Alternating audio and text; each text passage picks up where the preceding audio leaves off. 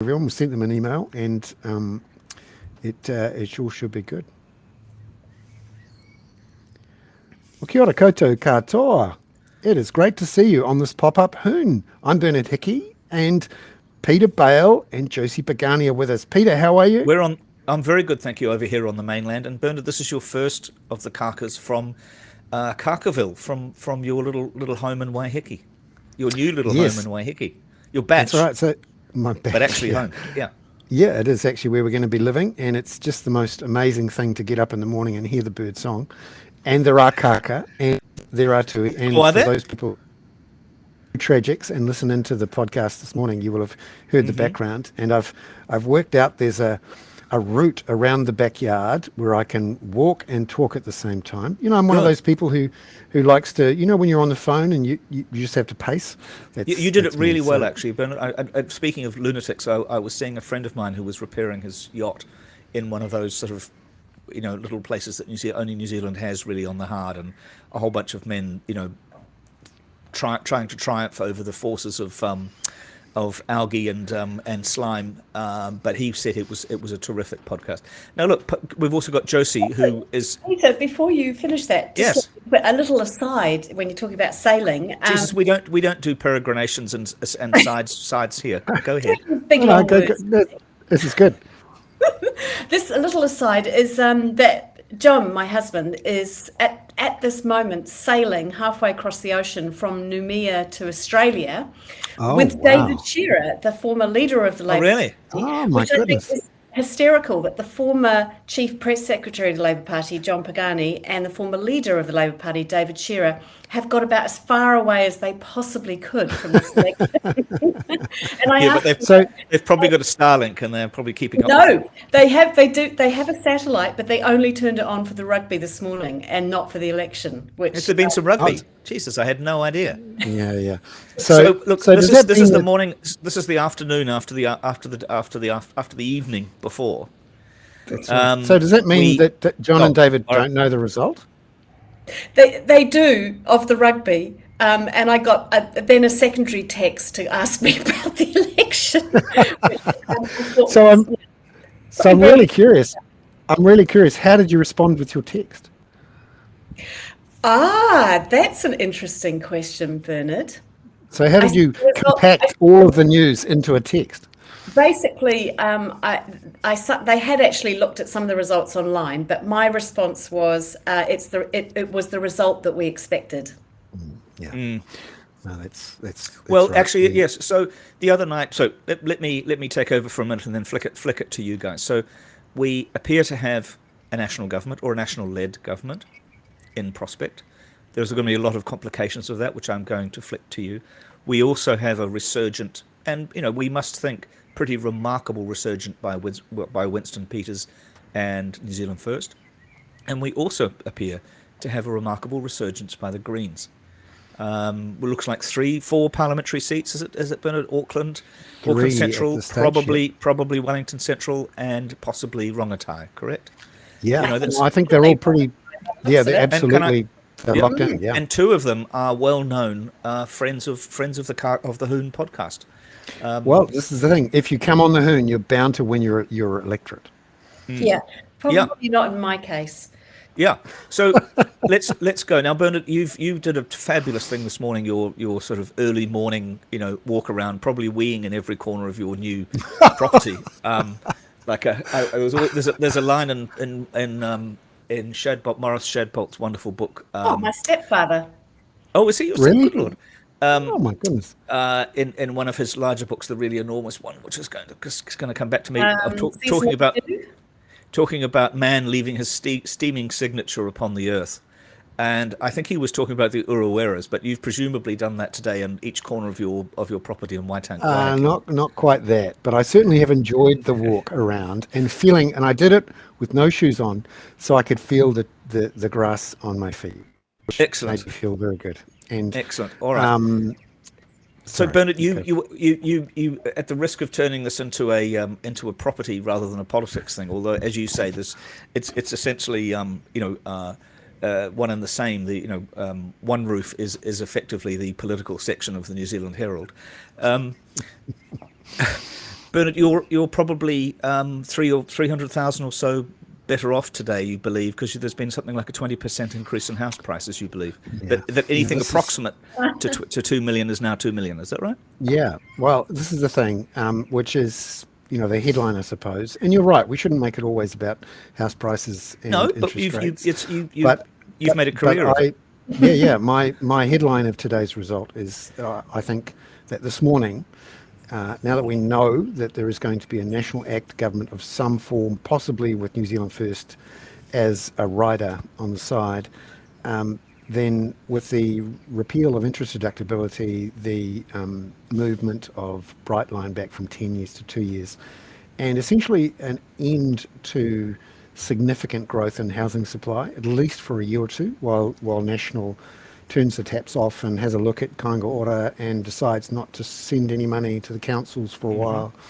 And while migration keeps on powering ahead at 110,000 a year, then that is high rents, high house prices, and I think there's been a sort of a log jam of house sales that would have gone through normally, but people decided to wait until the election. They also weren't happy about selling for less than their CV, but when the market clears, there's going to be a lot of volume going through, and I think it's going to create a little bit of a boomlet through November and early December, to the point where I think the Reserve Bank just might, intervene and, frankly, give the new national government the fingers by putting up interest rates another 25 basis points, just to tell everyone in the housing market hi-ho. So that's where I am on housing, and I think too Winston Peters, his role, and will definitely not necessarily be in the government. I think it's more likely to be some sort of supply and confidence agreement. He's not in the government, but he might be of the government. No, he's like the rider agreement, Semi-detached. Josie, what's your take? I mean, you're a stronger sort of, Bernard's got the economic economic housing connection. What's your take this a day after the election now? Well, the thing I realised waking up this morning, having done the sort of live TV coverage last night, where you're interpreting what's happening as it's happening, is that we're not yet at the finish line. So it's more probable, I think, that National's vote will drop a little bit. Labour could gain a little. But you're right, Bernard, that's not really going to change the fact that we now have, we have a huge tide for change. I mean, I was doing the numbers this morning. It's really only a third of New Zealanders who have voted for anything resembling a left party. So if you add, Labour, Greens, Te Pāti Māori together, it's only a third. So, there's certainly that tide for change, that right track, wrong track statistic that's been consistent and rising for the last year, is always the most reliable indicator of what's going to happen, right?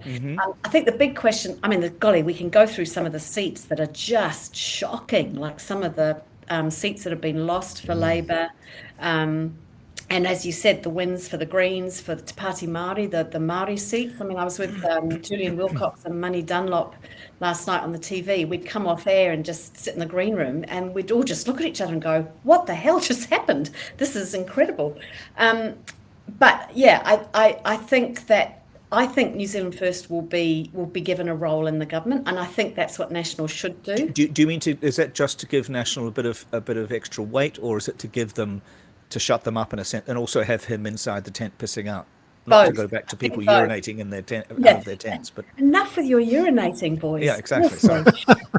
It's always about the willies when it comes down to it. It's always about the willies. Yeah. But I think both are right, Peter. That if you look at what John Key successfully did in the last National government, he had agreements with the Green Party as well as the Māori Party as it was then,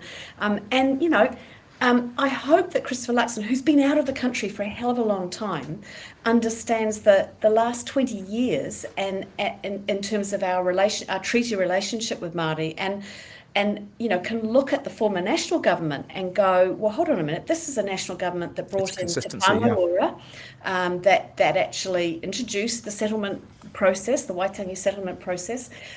People like Chris Finlayson, these are people who have a deep understanding of what our partnership is for Pākehā and Māori. And so I think it would do him a great favour, actually, if he can bring in Winston Peters and Shane Jones.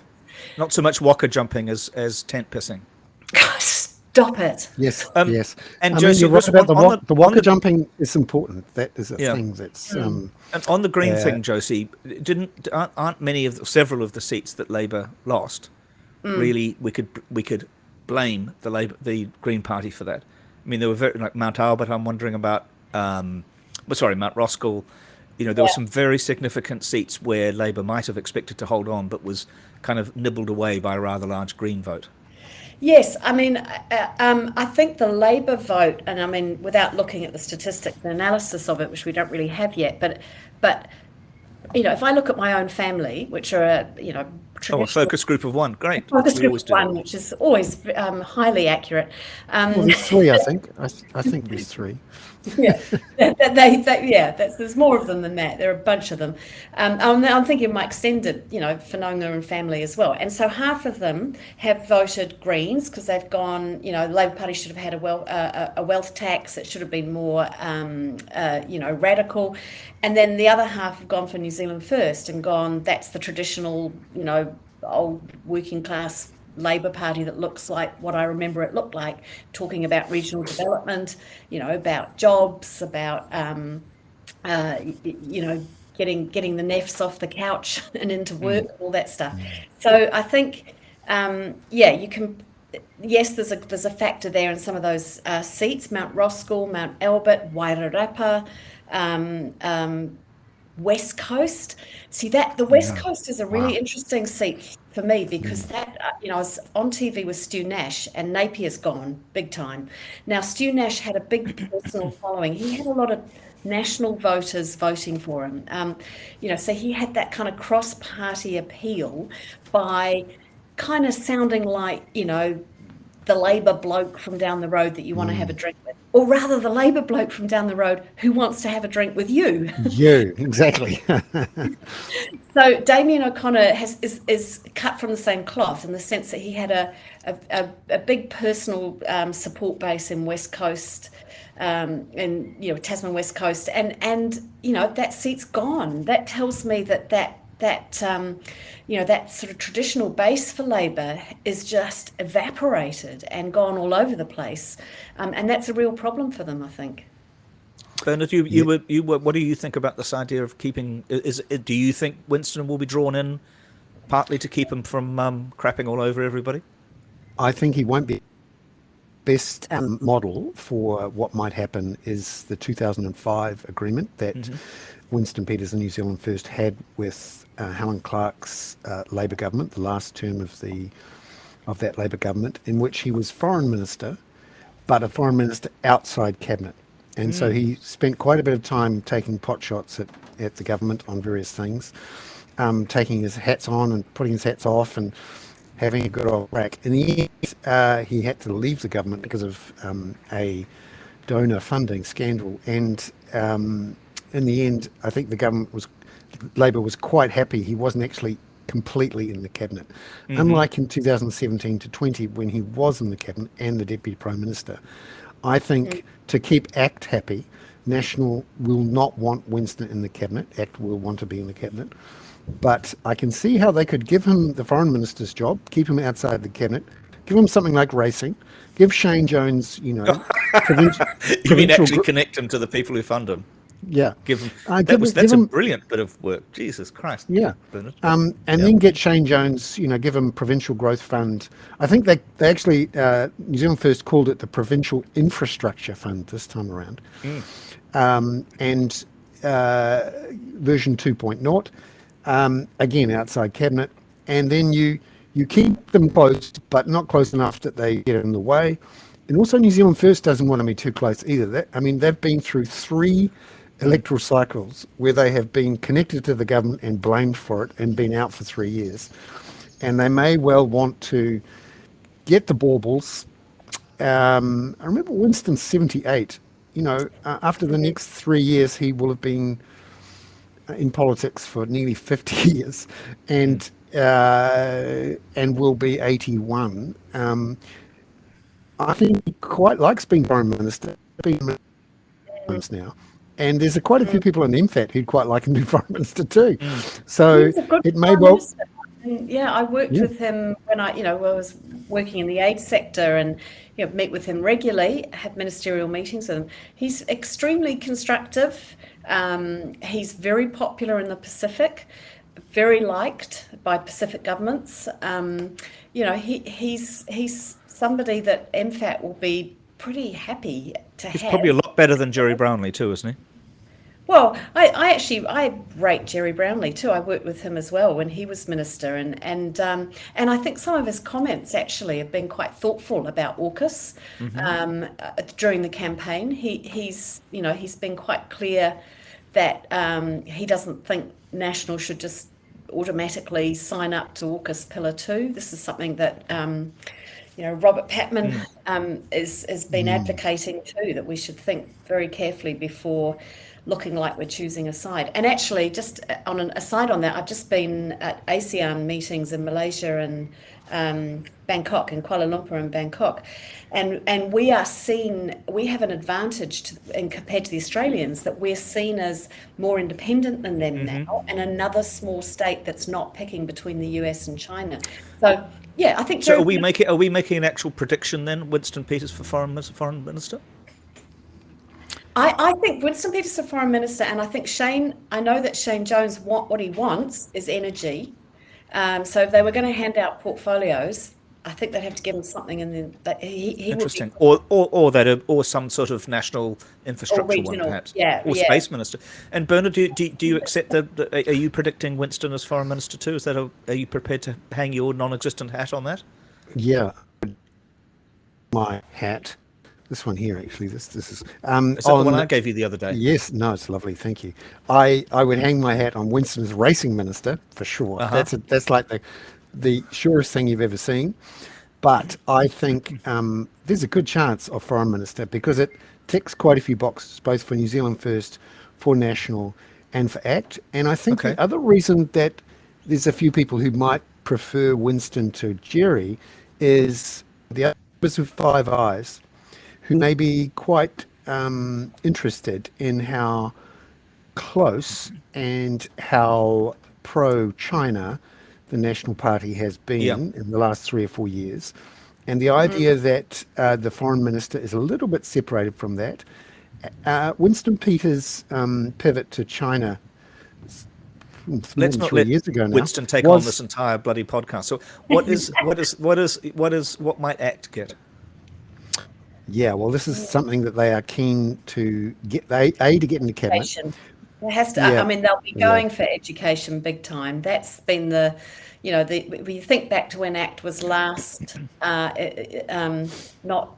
I mean, what did David Seymour had? Associate education. Associate education, yeah. He introduced the charter schools, which then Labor cancelled in 2017, and they've made a big push for education. I think that will be a big one. And Brooke Van Velden, I mean, she's certainly, I think she'll want something with an economic portfolio. I mean, whether that's something also in regional development or something, I don't know. What do you think, Bernard? Yeah, I think she's potentially a commerce minister.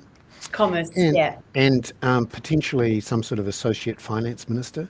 You're right. I think she wants to be in cabinet and getting her hands up to the elbows in some of the spending decisions. What are we going to see then in the next? So I'd like we said we'd only do half an hour, but I think we're going to go a little longer. I'd like to put this into two. One is horse trading over the next few days and how long you think it's going to take.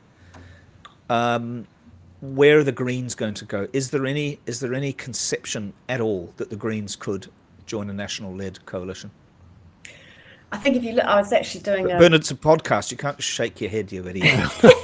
Josie, go. a radio RNZ thing with Marama Davidson. She was in the studio as well. And from what she was saying, I don't think there's any appetite from the likes of her as co-leader and her supporters to go into coalition or do what the Greens have done before with Russell Norman, where they had a sort of MOU, confidence and supply agreement with John Key's National Party. So I don't see that happening. I mean, that was the extraordinary thing about last night. The Greens were behaving as if they'd won the election. Yeah, exactly. And we were watching it, and the tone was slightly over the top and grating. It was sort of almost screaming victory into the microphone, yes, rallying the troops. And so I think it was Paula Bennett who came on air and said, "Has anyone told them they're not actually in government anymore? Like they no longer have a minister?" Yeah, well, that's one of the reasons that I just wondered whether you might see a sufficient shift on the national side as well, particularly about green issues. What about the next few days of horse trading? We've got the by-election coming up in Waikato. You both seem to think that he wants a bigger margin than he can just get from having ACT. Well, we've got 2.5 weeks, I think. I think that's right, Bernard, isn't it? 2.5 weeks until the special votes results come out. So, that because there's quite a few seats there where there's a majority of, maybe 100, maybe 400. That's, that some of these seats could turn around. So I think that, we're looking at least the next 3 weeks of some horse trading going on. Although I don't know, I mean, maybe they'll come out with, at least an announcement of some of the key portfolios in the meantime. I don't know. I mean, but I think we're looking for the next few weeks. You don't think he'll want to shut it down much more quickly and get on with it, Josie? That's what I was wondering, whether he's actually prepared to be a bit bolder and get moving much faster. Yeah, I mean, the problem with that though is that if New Zealand First come up and once you've done the specials, and if National go, if they need New Zealand First. So at the moment, I mean, I haven't looked at the latest one, but it's right on the edge. I mean, they're like a 1-2 seat majority of seats. So if that reduces, I mean, yes, they've got Port Waikato, but there's no guarantee that even delivers a seat to National, because you've got this big Māori Party overhang now, where they, have only earned 2 point something of the vote, but they've won 4 seats. So there's this, that overhang will be distributed amongst all the parties according to where they sit now. And then you've got the Port Waikato seat, which again it most likely it'll deliver an extra seat to National, but there's a chance that it won't, and it's complicated. I'm sure, Bernard, you know more about it than I do, but it might, I mean, so there's all these unknowns. So I think he's got to be careful. He's got to.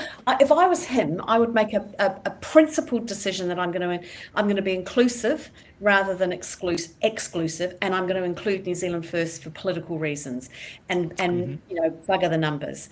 And if I was him, I would do that. I would do that quickly. I would start negotiating with Winston as well as ACT, regardless of the numbers, and I'd sort it out in the next 10 days. But they may wait for specials. Bernard, do you concur?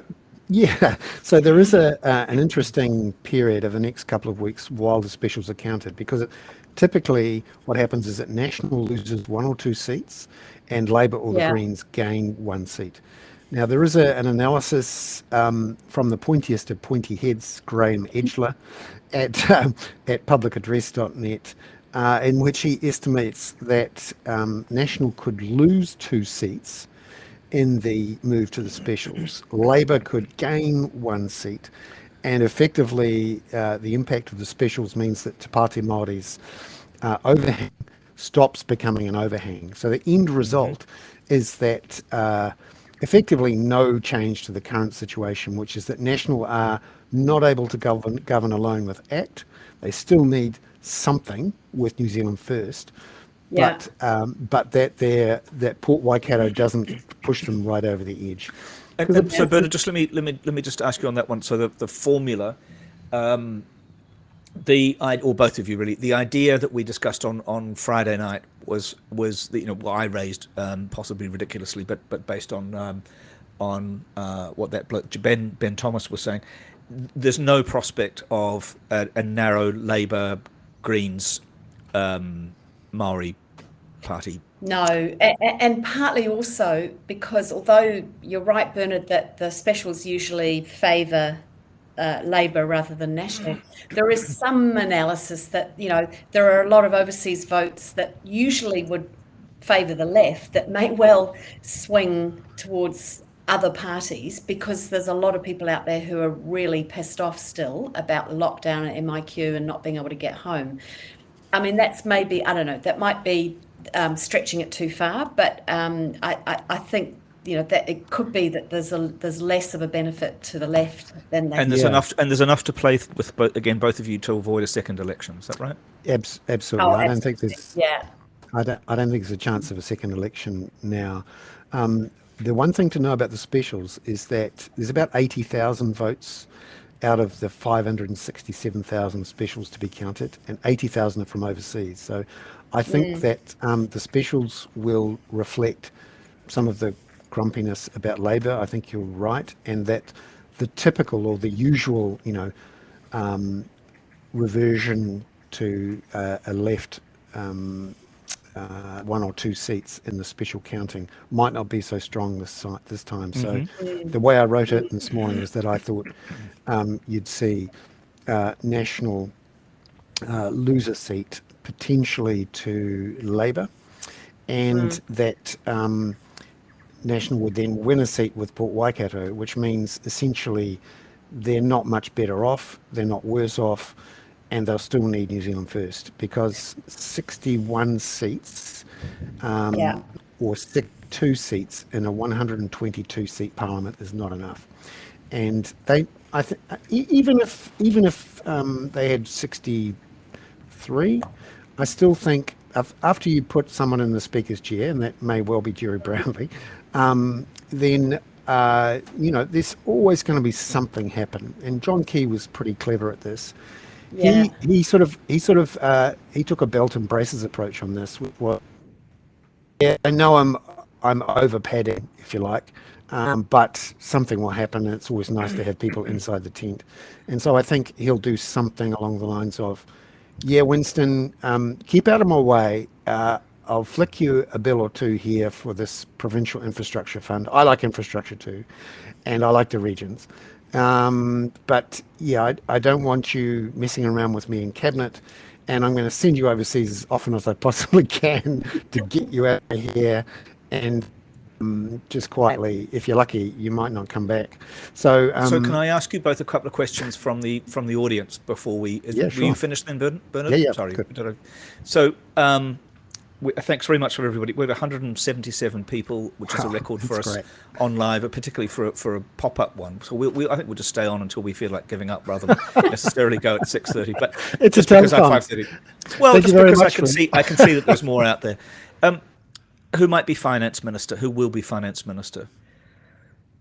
Well, obviously Nicola Willis. Yeah, there's no way they're going to negotiate that away. I mean. And, look, she almost, certainly at the beginning of the evening, she looked like she might even win Oharia and win an electorate. But, yeah, I mean, you'd have to say she's campaigned well. She's, managed to, I think the fiscal hole stuff hurt them, but she's managed to, I think in the debates with Grant Robertson, she did well. So, there's no way they're going to give finance to anyone. You too, Bernard? Yeah, I mean, to give finance to someone like David Seymour would be completely disruptive and disastrous for National. That would be seen as Christopher Luxon giving in to ACT. ACT's performance on the night wasn't as spectacular as it might have looked 3 or 4 weeks ago. Except for Tamaki. Yeah. I mean, winning that seat was a real shock. Wasn't that Muldoon's seat? Yes, Muldoon's seat, and to sort of grab that. I mean, Brooke Van Velden, she looked like she could hardly believe it herself. She was smiling from ear to ear.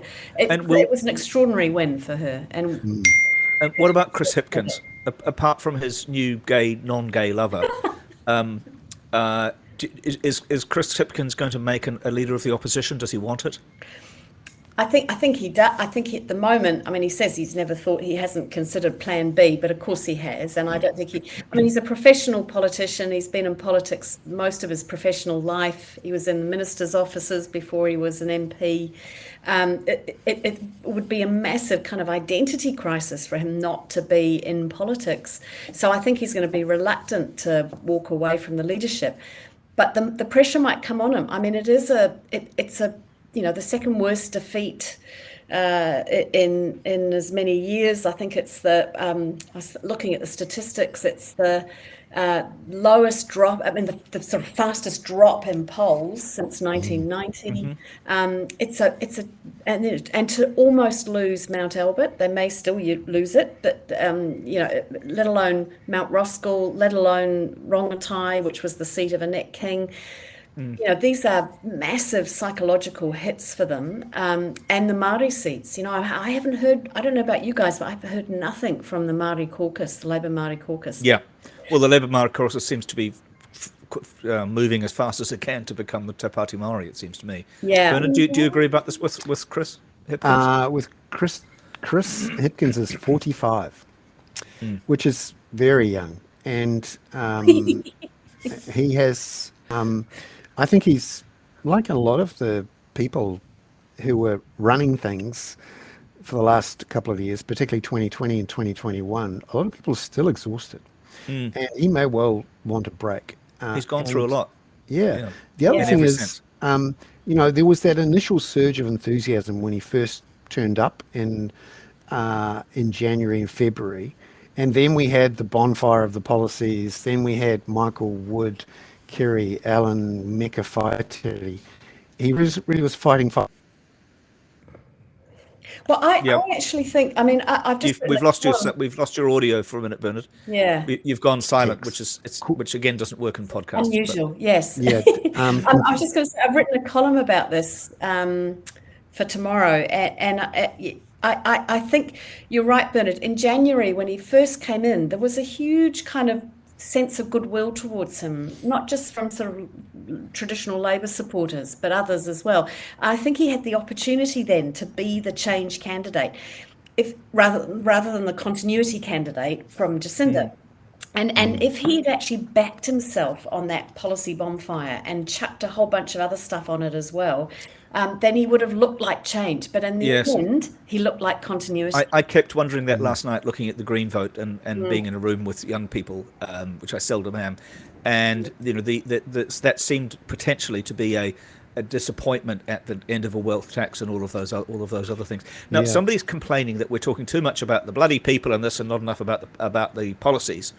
What do we think about policies of the first 90 days to first 3 months of a first year of a national-led government? Are we, what's it going to be? Climate? Where's climate going to go? Where's the ETS going to go? You think Kaingaora might go, Bernard? Well, one of the first things I'm going to do is run out and buy an electric car before it gets killed.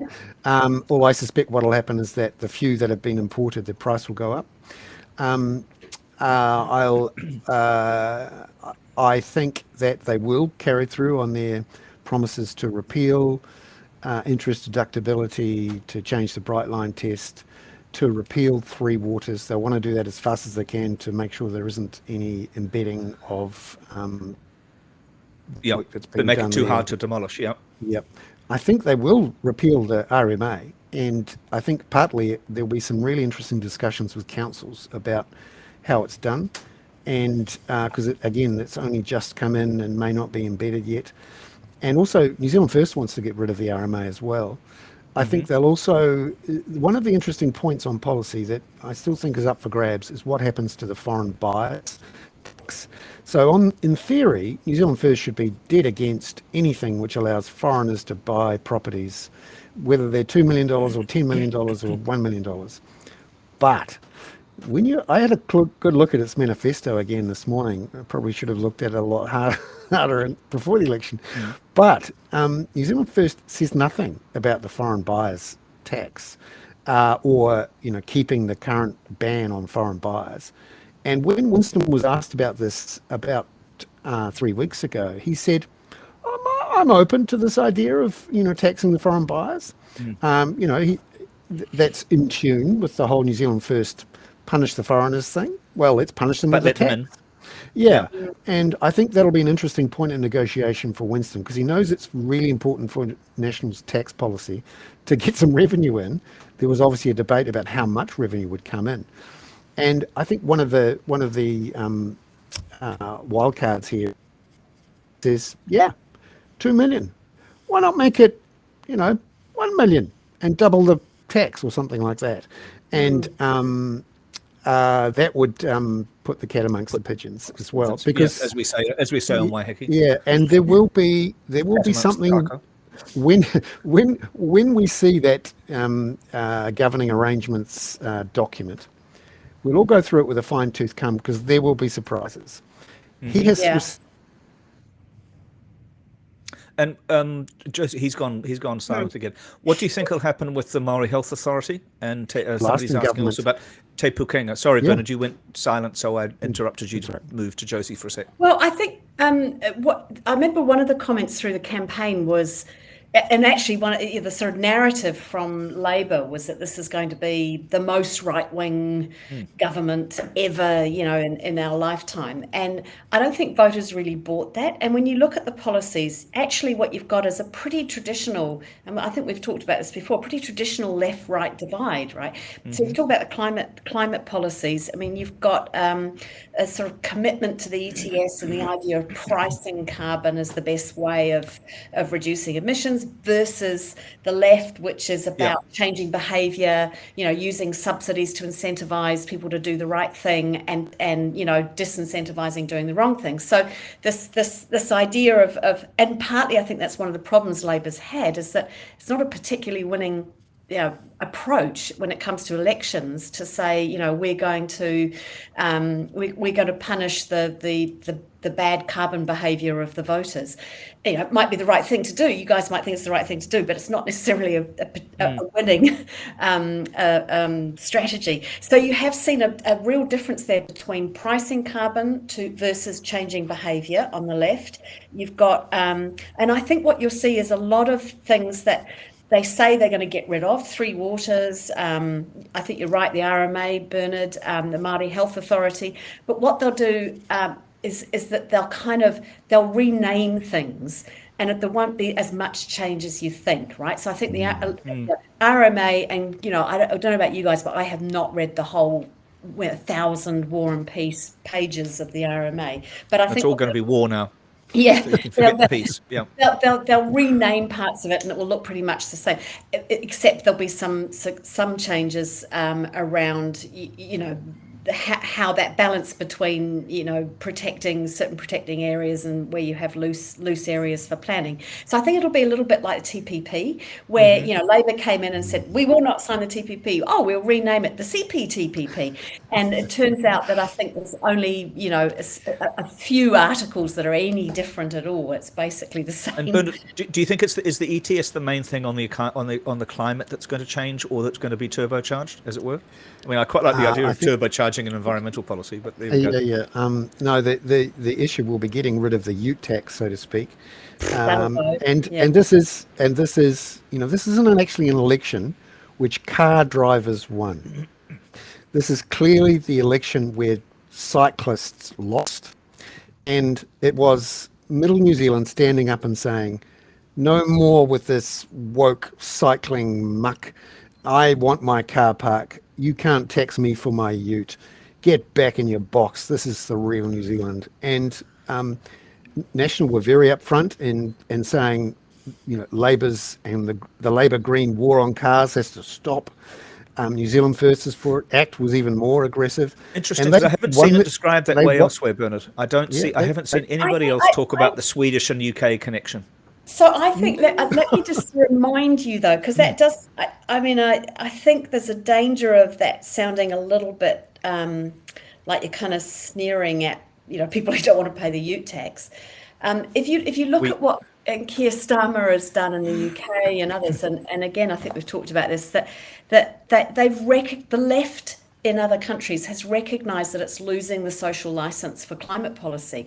And so rather than being cynical about that, they're going, well, we've got to embed climate policy in a bigger vision about making people better off. And so therefore you've got Keir Starmer talking about, the axis of instability, which includes the climate, war in Ukraine, now Hamas and Israel, and it also includes jobs and job security and cost of living, right? So it's no longer talking about climate change, but talking about economic change and talking about new jobs rather than green jobs, because what working class people hear when you say green jobs is that they're going to lose their job. So I don't think you need to be. I'm not talking about national here. I'm talking about the challenge for those of us on the centre left, where I think there's a way of going, well, actually, the ULEZ ultra low emissions charge in Uxbridge in the UK was a real wake up for the Labour Party that, you can keep pushing this policy through, but you're going to lose elections. Yeah. So maybe you've got to go, why is that happening? Is there another way of convincing voters that we need to do this for climate? I think you're right. That'll be one of the sort of key debates on the left, is how they reframe the discussions around climate away from we're going to punish ute drivers to we're going to. Yeah, Josie, but Bernard's gone quiet again, which is, I promise you I don't have a button that I just make him go quiet. But one that really concerns me I actually quite like the idea of a button, and I know Mrs. Hickey would quite like a button like that as well. Josie and Bernard, the Australians today voted against giving Indigenous people a voice. It seems like it was a victory for populism. It seems like it was a victory for misinformation. ACT has said it wants a referendum on Treaty of Waitangi. What do we take from that? A referendum on the Treaty of Waitangi is an appallingly bad idea. And I think, Christopher Luxon said last night in his speech, New Zealanders have voted for hope and change and unity and, togetherness and kumbaya. So he better deliver on that. And I think part of that will be, basically telling ACT to get back in their box about this stuff. That doesn't mean. But they've said it's a bottom line to a coalition, haven't they? Haven't they? David Seymour's really insisted that it be in there. But there might be a way of doing. There might be a way of convincing ACT that we're going to have a national conversation about. The benefits, or the difference between devolution, for example, and co-governance, and which one suits us best, and what does it mean? And the thing that National can't get away from is that we do have a contract, we have a treaty. Absolutely. Well, this is a point. One of our lovely listeners, Patrick Clark's made that point, which we've talked about before. You can't reopen a treaty. I mean, and thank God we've got that treaty. Thank God we've got that as a sort of negotiating point, as a point of difference and collaboration, because that thing in Australia is pretty ugly. But political failure by Labor perhaps, but a very ugly situation. Yeah, it is. You're right, Peter. And before we get onto the voice, I mean, just on the treaty, I think the way forward for National is to say this is this treaty belongs to all of us, to Pākehā and Māori, and we have to try. It has to be our Magna Carta, our Bastille Day. It has to somehow start to. If they can find a way to have a national kind of conversation where people can express their concerns about the democratic license for stuff without being called a racist, and if they can commit to doing that without doing a referendum on the treaty, I think it'll be a really good thing. I think you should lead that, actually, Josie. I think we should initiate that as one of the kaka things, that Josie Pagani becomes the sort of convener of a national conversation. We had Max Rashbrook on the other day talking about representative democracy, because I think you're right. That was in fact what was missing with Hei Puapua and the speed of the idea of co-governance. It just wasn't being well enough explained and understood, and taking people on that journey, as it were. Bernard, are you back with us? Yes, I am, and I've been enjoying the discussion. I think you're right, Josie, that National will not want to go anywhere near a referendum, and I think they'll be able to calm ACT down and by killing Three Waters and talking a lot about how Right. co-governance was going rogue and we've shut it down to end, and this is no longer a story. Because actually National have a pretty good record when it comes over the last couple of decades to bringing in these types of co-governance arrangements. Exactly. I suspect the actual phrase co-governance will be TPP. one of those TPP, exactly. Yeah, it'll be the CP co-governance or whatever. Yeah, no. Yeah. I mean, it'll be like one of those phrases in the government spell checker that whenever you write the phrase co-governance, it will rewrite it for you. Yes. There'll be someone in DPMC or Treasury or MB or. It'll probably be called the Kiwi contract with both words spelt with a K. Actually, that's quite a good topic. Like the words that will now be deleted: well-being, circular economy, governance. They're all going to be TPP'd. What about? So Bernard, I sort of was trying to do a segue in there using the voice vote as an issue about populism. Where does this, one of our lovely listeners also is asking us, where does this leave the rise or retention of populism as a factor in New Zealand? Well, one of the good things about this election is that none of the more extreme populists got into Parliament. And I think what actually happened in that last 3 or 4 weeks was a bunch of people saw that their vote wouldn't be wasted if they threw it in with Winston, because Winston was going to be part of a government of some sort. B, they could see that their votes with, Loyal NZ and New Zealand and Democracy NZ and however many other one leader parties there were going to be wasted if they didn't get behind someone. And Winston had said the things that they liked hearing, and so they put their vote with him. And I think that's 2 or 3 percentage points of Winston's 6% or so that he got in the end. Now you could debate with Christopher Luxon whether that decision to open the door lifted Winston over 5. It certainly means that National have a very clear path to governing when they might not have had if they ruled out Winston. But certainly, this, I hope, ends these various 1%er parties. And the other thing is, of course... but they're in it for them, Bernard, not you. That's right. In it for you, not. And Josie, what do you think about this from a populist point of view? And then I want to ask you both a question, a sort of media question, please. I think, Bernard, you're spot on, and actually that's one of the good things about this election. You're absolutely right that all those parties, they got like 0.2 or 0.0 something or other, but it is still the case that the National and Labour vote was record low, right? If you combine the two of them, it's still around about 65%, right? Which is at the moment National's on about 38, I think, and Labour was on 26. So, it's still pretty low. Neither party really. I mean, National can't say that it sort of managed to win over. Blow most the doors off. It just didn't, and we watched its vote. It's first of all, it started the evening at about 42%, and it just kept going down and down, and it ended up on about 38, I think. I guess we could say that the arsehole vote found its natural home in Winston. Oh, I think that's too unfair, Peter.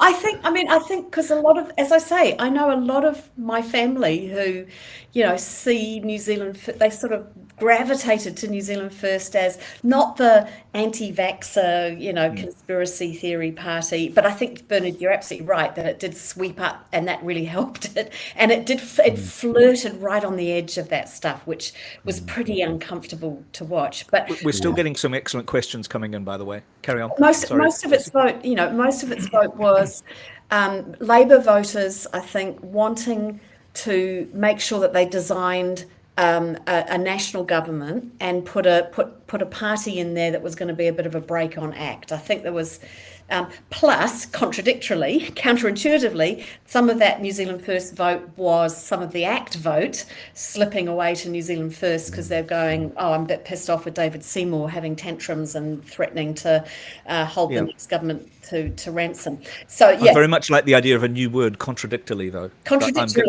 That one's going to be coming into our vocab. 4 hours sleep. You're lucky I've only made up one word. No, it's brilliant. It's brilliant.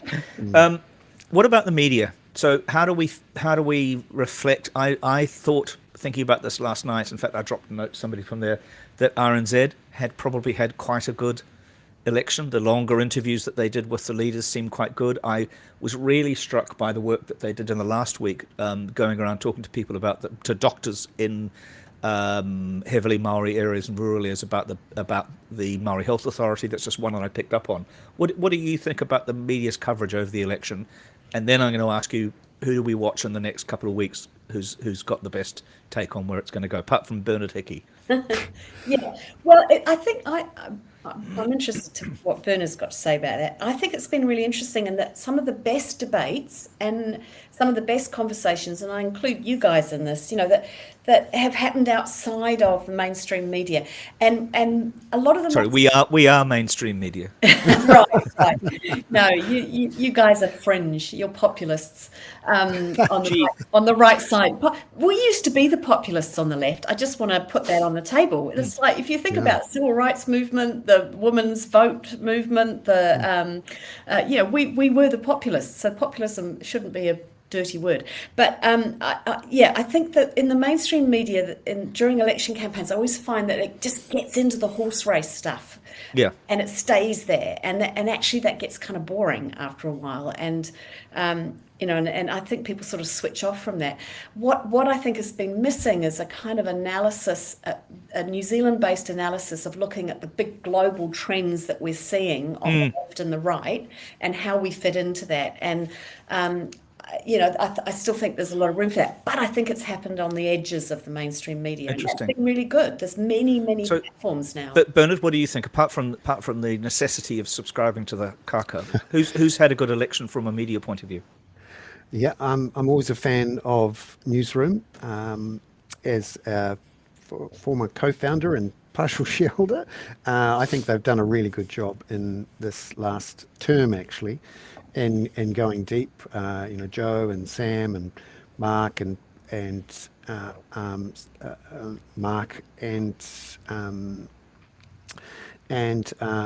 also Tim have done a fantastic job of holding some people to account, going deep when was necessary. I also enjoyed RNZ. I sometimes wish we could have Kim Hill doing all the interviews all the time, and it's interesting that she's going. For me, the star of the election campaign was Jack Tame with his probing, deliberate interviews, and I think he's done a great job of putting Q&A on the map even more than it was before. I've been disappointed, to be frank, with both of the newspaper groups, the big newspaper groups, stuff in NZ Herald, in that I don't think they captured the mood or shifted the direction of the debate in many ways, in ways that newspapers can and have in the past.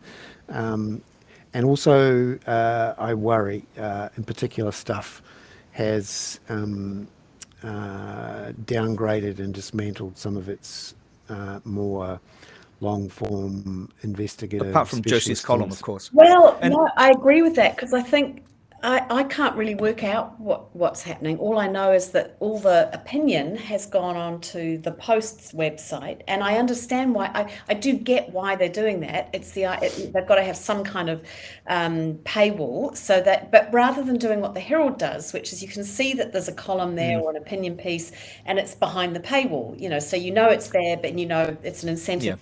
Yeah. As a former consultant there, I know nothing. So I saw, thinking about the next couple of weeks, I saw Matthew Hooton doing what looked like an absolutely incredible reverse ferret and rowing back in the Herald today to make himself relevant to somebody Luxon that he's shat over most of the campaign. Who do we look at for insights in the next few weeks? Well, I was going to say one of the outlets that I think should be named as doing really good in-depth work and analysis is Business Desk as well, and Patrick Smelly in particular. There are a few on Business Desk actually, which have done some really good kind of journalistic analysis and research and kind of insightful thoughts about it. And actually, I mentioned these guys, Taxpayers Union, don't agree with most of what they say, but I think that their model has been really good in this campaign, and that they've hosted debates, they've done surveys of electorates, they've created new data and evidence, and in many cases they've driven the debate. Interesting. And Thomas Kramer as well. Do you think on that? Do you include him in that? Yeah, as people you fundamentally disagree with, but because he's actually inserted. I mean, he's irritating, but he's inserted himself quite effectively. Yeah, exactly. So I think I always favour people who've got who are prepared to put some sweat and blood on the table and have an opinion and back it up with evidence, and then change their minds if there So is. Bernard, what about you looking forward? I'm amused that Josie, because I'm a member of the Patrick Smelly fan club and have been for 40 years or so. But who is the new Colin James other than Colin James, Bernard? Apart from you and Patrick, actually. Bernard and Patrick, I would say. Yeah. Thank you. No, I've worked with Patrick as well, and I'm a big fan. Who is the new Colin James? Where do we go in the next 3 weeks to a month, to try and have insight into what National is doing? Because, like I say, I think Hooton might have been that person, but I'm not sure anybody in National is going to talk to him again, are they? I think Thomas Mensch, Luke Malpass. I think they will. There's a few writers out there who I think have got their ear to the ground and will be the ones to watch in terms of trying to work out, read the tea leaves of what's happening in the next few days and weeks. Yeah, I think the task in the next 3 to 6 or 9 years is to hold National Act to their promises and to challenge them on whether they're achieving them. Because remember, they've come into power promising to reduce the cost of living, to make it easier to start a family and have a home, to achieve our emissions targets, and to have a faster growing economy where people are better off. More productivity. And our job, and I'm sure there'll be many in the press gallery and elsewhere, will be to examine everything they do in detail, check it against what they promised, and nail them to the wall on it. What a good mission statement, Bernard. Sorry, Josie, go. I'm trying to shut this thing down so we're not doing it until fucking 10 o'clock at night. But carry on. I feel like I should say, and I think Mike Hosking on ZB is one of the best broadcasters in the country. And again, he does too, actually. Yeah, yes, he does. That's very good, Peter. Yeah, and I do every week. I do Heather Duplessis Allen do the huddle, and I think it's entertaining. It's informed. You can passionately disagree with it, and she'll engage with you, and so will Mike. And I think there's a tendency, on the left, we just think, oh, you should sign petitions to get Mike Hosking off the airwaves. That's just silly. So can I just say, I think we should wind it up shortly. So. I think, thank you so much for that. And thank you for everybody who's taken part. I think it shows, Bernard, that you're filling an incredibly important gap. And that when you have people on like Josie who are subtle, thoughtful, sort of, you don't necessarily know, but she's sort of considered across the bench. People really appreciate it. It's been great to get everybody's feedback. Thank you. I think we should also we'll do international affairs when we get to Friday, but I think the next 48 hours, 24 hours are going to be extremely bleak in Gaza. And I don't believe that Netanyahu is up for the challenge of the potential benefit of being able to take this the right direction. I thoroughly recommend to people, if they haven't seen it already, Yuval Noah Harari, the author of *Sapiens* and the other books, interviewed today with on The Rest is Politics by Alistair Campbell and Rory Stewart. It's one of the most passionate, almost beautiful interviews, because he's clearly incredibly upset about what's happened, but he also gives you a sense of history and a sense of potential direction. And I think while we're all feeling a bit depressed about this, that might be quite a good thing to recommend. So I'll finish with A Tiny Skateboarding Dog, which is a headline that I meant to put in on Friday, which people may know that Birkenstock, the choice of everybody who lives on Waiheke. I haven't got a pair yet. I'll have to get a pair. No, exactly. Well, I know somebody who's got about 10 up the road, and she'll lend you a pair. But you may know that it had its IPO last week, and an Australian site, Capital Brief, had my favourite headline of the week, which was Birkenstock investors get cold feet.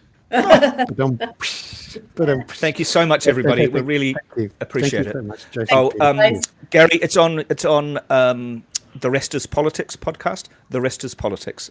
See you. I'll put a link into the course It's tomorrow bloody morning. Fantastic. I've got about 50 others I've been listening to. My headphones have barely been off. I've got cauliflower ears from listening to podcasts. See you. Bye-bye. Bye. Thank you, Daniel. Bye-bye.